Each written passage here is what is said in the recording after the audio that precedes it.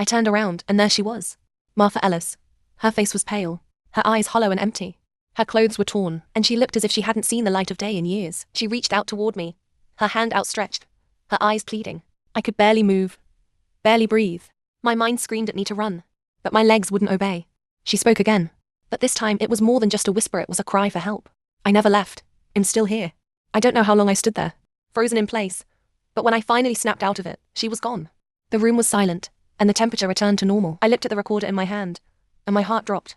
The recording had captured everything: the voice, the scream, and the faint whisper of her last words. Please. I contacted the authorities. After a full investigation, find me. I left the house that night, never to return. The next morning, they found human remains in the basement, hidden behind the walls.